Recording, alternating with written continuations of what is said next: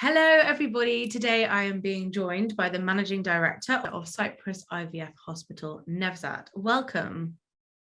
Thank you, Leslie. Good to have you here today. And today we are going to be discussing genetics testing 101, explanations, what it means, whether people should do it, and also discussing gender testing.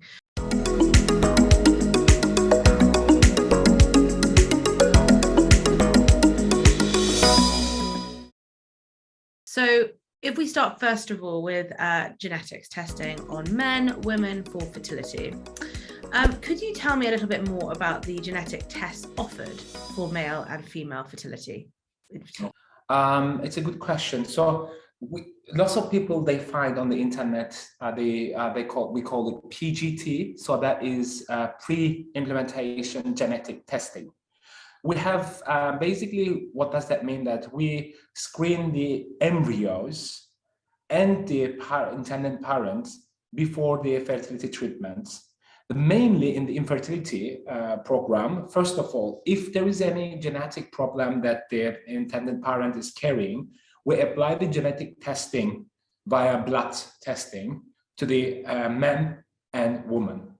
That is something completely different than the pre-implantation genetic testing that we apply to the embryos. Mm-hmm. So if the two people that have a problem with the genetic that they couldn't identify it before, we apply them the genetic testing, or if a person has lots of miscarriages or some problems that they lose the baby in a short while or a long term, there is a different kind of genetic screening that we are applying to the intended parents.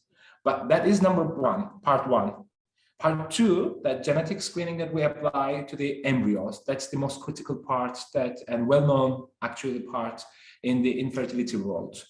The PGT, like pre-implementation genetic testing, divided in two main categories. Number one, we called it PGD, which is pre-implementation genetic diagnosis, and then PGS, which is pre-implementation genetic screening. So people need to know what's the main differences between these two. One is we don't know what's the problem or if any problem coming from the intended parent and inherited to the embryos. So we do a general screening, okay? And number two is the diagnosis. So we know where is the problem and we focus on that part and we check what's going on there. Yeah. So, but at the moment, if you go to any infertility clinic's website or hospital website, the general name called PGD. But right now, if you go a bit more in details, there's different type, PGT-A, PGT-S. These are the new names given to PGD and PGS. So one thing that I want to clarify, we used to call PGS, pre-implantation genetic screening. Now the new name is PGT-A. We used to call PGD, pre-implantation genetic diagnosis. Now we call it PGT-M, so which is a pre-implantation genetic testing for monogenetic, single gene. So is it the names that have changed, or is the actual process different now? No, just the names to make it more clear for the patients, because it was so generic before, screening or diagnosis, but now we know that the diagnosis, which is we used to be PGD, now is PGT-M. It's a pre-implementation genetic testing for monogenic, which means single gene defects. So it's more clear right now. But unfortunately, the general medicine world, they still insisting to using the old names. Even us at the moment, we couldn't update our website content based on this new information because most of the patients, they're not aware of this. I see. So we want to do that, move ahead and be the leader in the industry and update our content effective 1st of June. But that will be a bit difficult for the patients initially, but that will be the right information by ESHRE. So. And the the acronyms can be confusing, can't they? Because people start to think, well, do I need this testing done? It's going to cost X. Is it going to improve my chances? What is it actually screening for? So it's hard to know, isn't it, what's useful and what perhaps everybody doesn't need, depending on the situation. Okay. Yeah. So just a quick information about that. People, they come to ask our patients, do I need to do like PGT? Let's say we call it PGT, the pre-implantation genetic diagnosis, or PGS. That is really depending on the circumstances of each patient.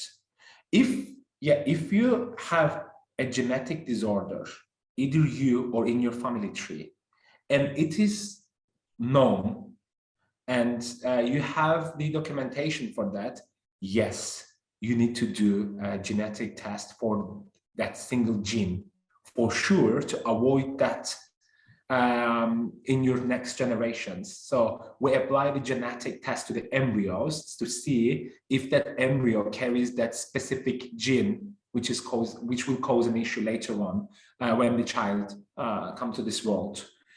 That's number one.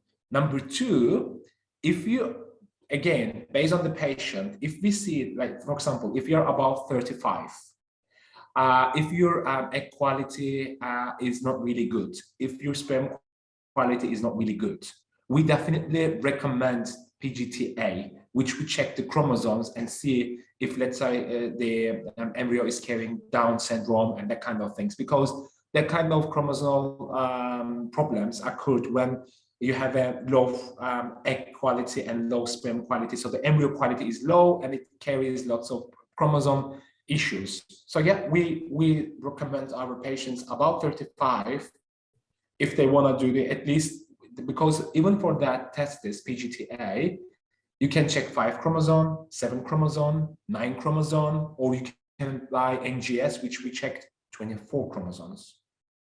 So depending on each patient case, it really depends. That's why I don't really want to say something generic, because we apply personalized protocols for our patients.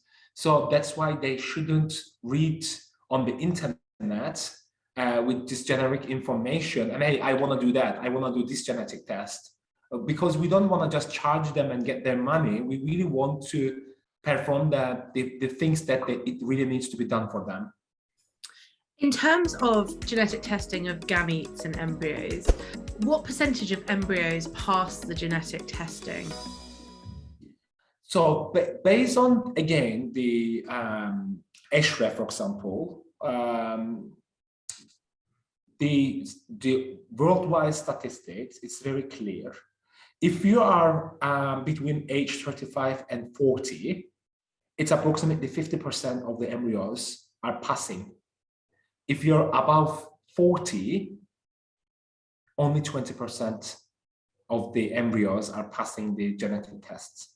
But again, that is depending on which type of genetic test you're applying. Are you checking 5 chromosome only, 7 chromosome, 9 chromosome? It depends on which particular genetic test that you are going after. But if we check the general, which is provided by ESHRE, they say between 35 and 40, 50% is passing. Above 40, you can relate it with the quality of the eggs, because after age 40, the egg reserve started to decrease significantly, and also the quality. So therefore, the embryos formed from a bad quality of eggs and, of course, sperm, then the quality of embryos is not really good, and only 20% of the embryos in general pass the genetic test. Thank you for that. Can eggs be tested for genetic disorders? No, the only fertilized eggs can be tested. Or we can apply, for example, the single gene test to the woman via blood, but not from the eggs. No. And genetic testing on embryos, what does that tell you? Yeah. Again, depending on which genetic tests we are performing, but let's say in Africa region, for example, we have lots of patients coming from Africa, and most of the African countries, people, they carry sickle cell anemia. Okay, so when they come over here for an IVF, that's a very good option for them, because we can apply genetic test to embryos to see if they are carrying sickle cell anemia, for example. The other example can be, I'm just trying to find, I have some result what we are finding, for example, in front of me, when we apply the test. What else we are finding generally? Sickle cell anemia is number one, and number two, cystic fibrosis, for example. It's in front of me, for example. One of the tests that we are applying to find out that if the embryo is carrying the cystic fibrosis. Because we know that where they're coming from, we know that it's very general disease over there, and we don't want them to apply that. Or in some cases, for example, because of the age, let's say we have a patient comes at 41, they use their own sperm and their own egg, and we strongly recommend them to apply PGT-A to see if the embryo is carrying any problem with, or like chromosome 21, chromosome 18, chromosome 16, which are like, one of them is Down syndrome, for example. Because with a bad egg quality and sperm quality, that can happen at a significant rate. To avoid this kind of issues, we strongly recommend to apply, for example, PGT-A. Makes sense. And what about embryo testing? Can it only be done on blastocysts? That is completely depends. For example, if we apply PGT-A, which is the most main one, so we apply PGT-A, we check 5 chromosome. That's the lowest genetic package that we are offering. We create the embryo, and then we take the biopsy on day 3. And then we apply the genetic test, not on day 5. But for a single gene test, the embryologist that recommends that we need to take the biopsy on day 5 on the blastocytes. But normally, PGT-A, we take the biopsy on day 3. Okay. There's a rate there, sorry, just a quick information, that they checked if the embryos on day 3 reach certain level of cells, like 6 cells, 8 cells, and based on that, they decide to take the biopsy on day 3 and move forward. Okay. And when patients come to you at Cyprus IVF Hospital, how do you determine which patients should have genetic screening done? Again, that's why it's really important that patients provide you their medical history. Yeah. We have a system that we've gone through to their entire medical history, ask all the necessary questions, collect all the information from them, and then they have a kind of an AI algorithm that tells us, for this patient, based on this information provided, genetic testing is not needed, or it has genetic testing needed at least 5 chromosomes. If there is a like non-single gene issue, it has to be 100% applied. We call it PGS. With new name is PGT-M. That we have to apply this single gene test on day 5 on the blastocytes and see if any of the embryos is carrying that. Like as an example for that is we call it BARAC. BR2AC. It's very common, for example, in UK, that a person might carry a gene which is causing the breast cancer, high risk of breast cancer. So, for example, if we know that there is such a problem in the gene of the patient, we 100% recommend that definitely we need to apply the PGT-M. So we check. And related with the age, medical history, we strongly recommend our patients to perform them. Mm-hmm. But for the donation program, on the other side, like egg donation or embryo donation, we apply the genetic test to the donors anyway. So if a person become an egg donor for us, it has a clear history and all the genetic tests perform that person, and we don't need to really apply, for example, genetic tests to the embryos. because we already performed all the tests and gone through to our system. But with normal IVF, that's not the case because we don't know the patient case in details. And do you find that patients feel as though it's going to be a more successful outcome if the embryos have been tested?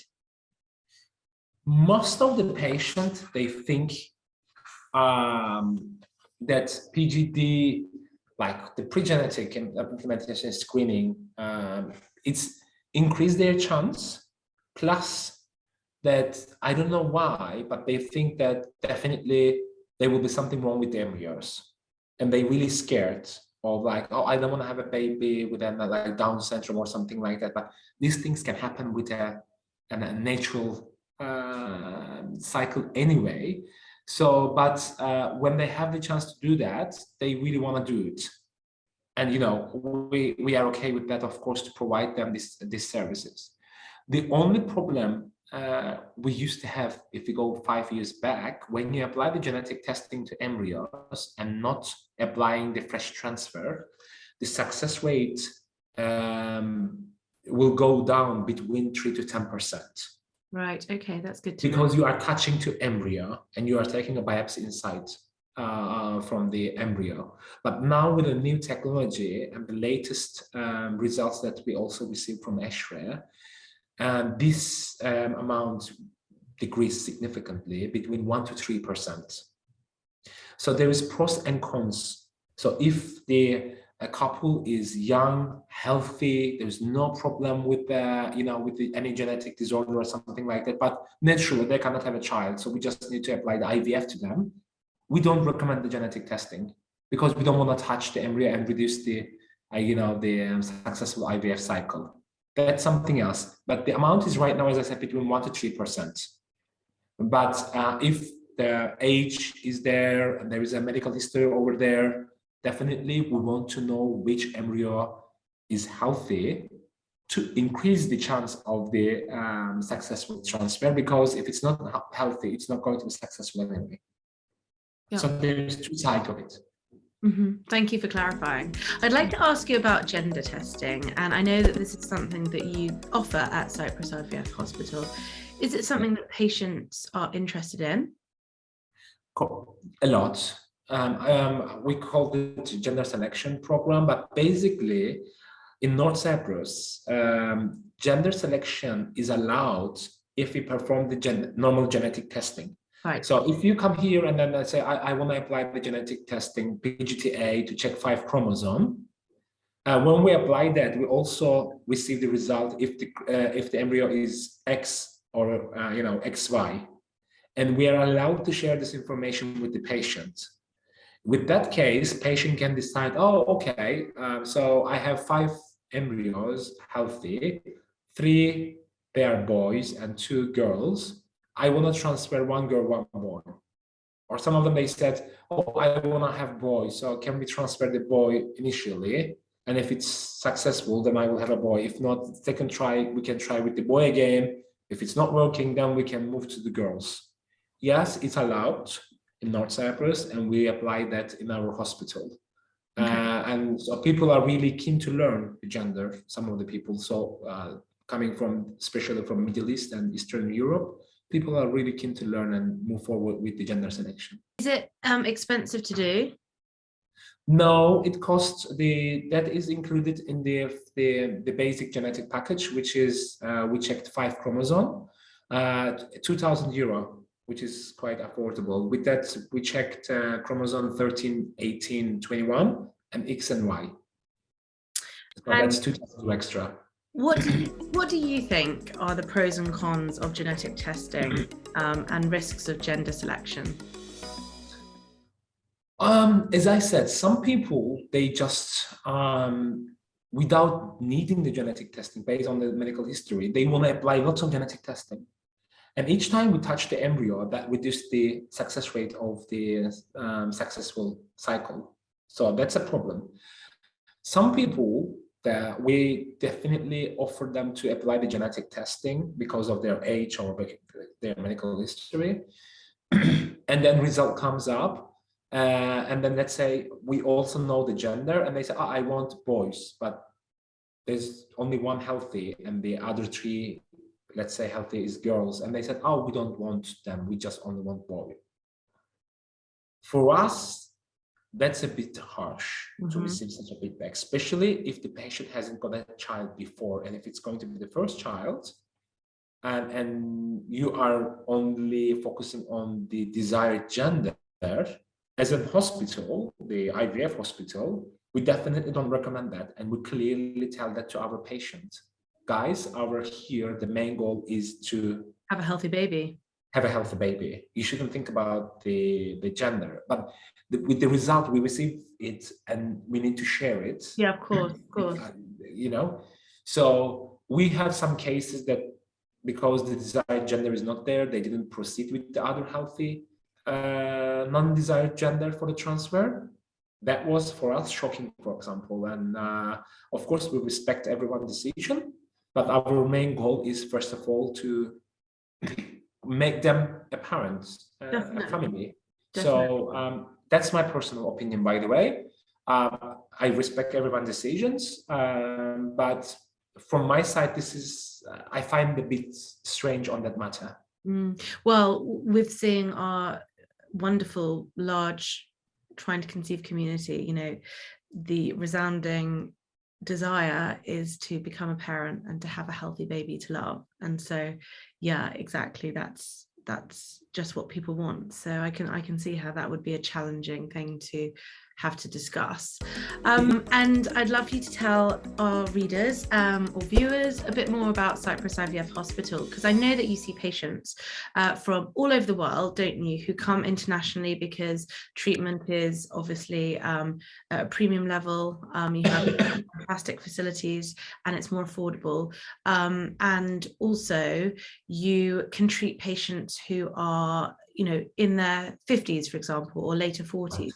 Could you tell us a bit more about that and the donor program? Yeah, sure. So as a Cyprus IVF hospital, we are the subsidiary of the Cyprus Central Hospital in North Cyprus, which is the first private hospital in North Cyprus, and which also obtained the ISO 9001 certification. So we are not a clinic like 100 square meter. We are under the roof of Cyprus Central Hospital, which is 10,000 square meter of hospital, and offering every kind of treatment options in every different field to our patient. That gives us a huge comfort. And of course, we can offer the high standard of facilities and services to our patient, because when our 95% of our patients, they're coming from abroad, mainly from US, Canada, Western Europe, Africa, Middle East, Nordics. And it's not easy to just they fly average 4 or 5 hours to reach our country. And when they come over here, we want to offer them every possible solution. So when they come over here, we don't want to send them back with their hands empty. Some people, they come here for a normal IVF, for example. But just a small note, because we can apply the IVF up to age 55. It's legal to apply IVF up to 55 in North Cyprus. So some people, they come, let's say, age 45, and they want to have a normal IVF, which we apply all the tests here for both male and female. And then let's say we find out that lady hasn't got any egg reserve, so it's not possible to move forward with a normal IVF. Okay, good. We have an egg donation program. We have various of egg donors in our egg bank, which we can offer them at least 2 to 3 options as per their profile. And then if they choose one, then we will move forward and apply them an egg donation program. Some cases we have a problem with the male infertility. He doesn't even know when he comes here. We checked, we did the test, and let's say there's a problem with the sperm. We immediately send it to our urologist. As I said, because we have a huge hospital, we have every kind of operations here. We can apply TESA to receive the sperm. If still the result is 0, then we can apply the sperm donation program, because we have a sperm donation program. We work with European Sperm Bank and Kairos International Sperm Bank in Europe, both of them. We receive the sperm directly from them. And then we can offer the sperm program. If the problem is with both, Then we have an embryo donation program. And based on their profile, we use fresh egg and sperm and create the embryos based on their profile and transfer them.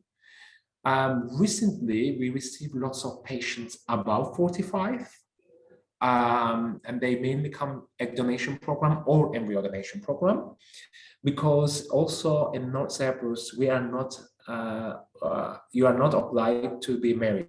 So if you are a single lady, you can come here, or you're a couple but not married, you can come here and apply the IVF or any donation program.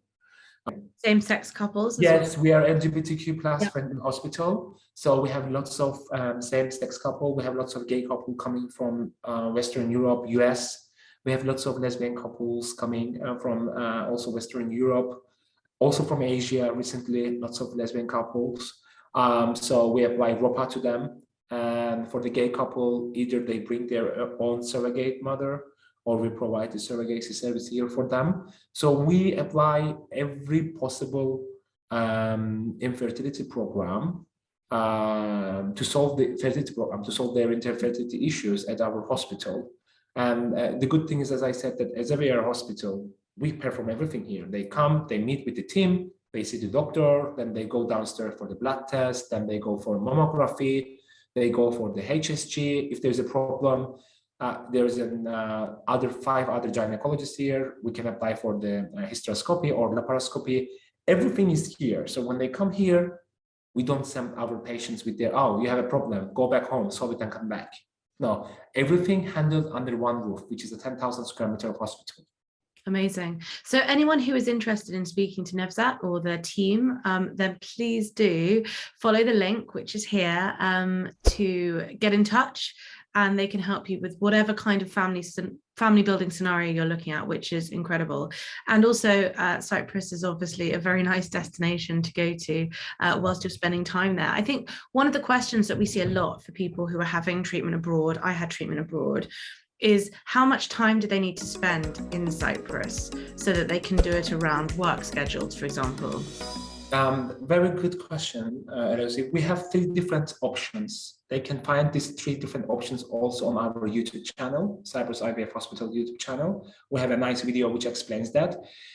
If you come for a full treatment from A to Z completely here, 100%, it will take up to 21 days.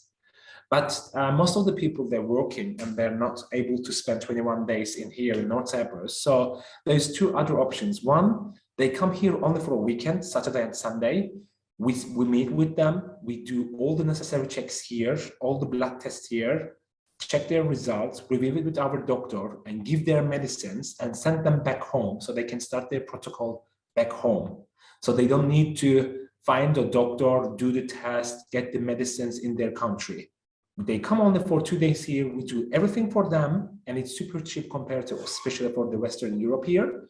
And then provide them the medicines. They go back home, they start the protocol, and then next time they only come here for 10 days. So that's the option 2 that most of the patients, they strongly moving that path, that they come home a couple of days, do the test, get the medicines, go back, and they only come for here for 10 days. Or the other way around, you can also divide it this 21 days in 2. You come for 10 days, we do everything here, monitor, and then you go back home, and then you come here for transfer again. It really depends. For like the donation programs, the period is much shorter. You can stay 1 day coming here, go back home, and then come here only for transfer for a week. That's enough. Wow, amazing, amazing. Yeah. By the way, we support 6 different languages. So alongside with English, we support French, German, Arabic, Turkish, Farsi, and also recently we also support Russian. So and we're planning to add Italian as well very soon. So people who's coming abroad, they shouldn't be worried about any language barrier. Our team is here to support every kind of patients coming abroad. And is the first consult free? Yes. Yes, so people should sign up for a free consult today. We're dropping the links here, as well as that YouTube video link explaining about the process and timing to do treatment abroad. So thank you so much, Nevzat, for your time today. It's been very insightful, and it's wonderful to be partnering with such a fantastic hospital and clinic in Cyprus. Likewise. Thank you very much, Anazi. Thank you. Bye-bye. Yeah, bye-bye.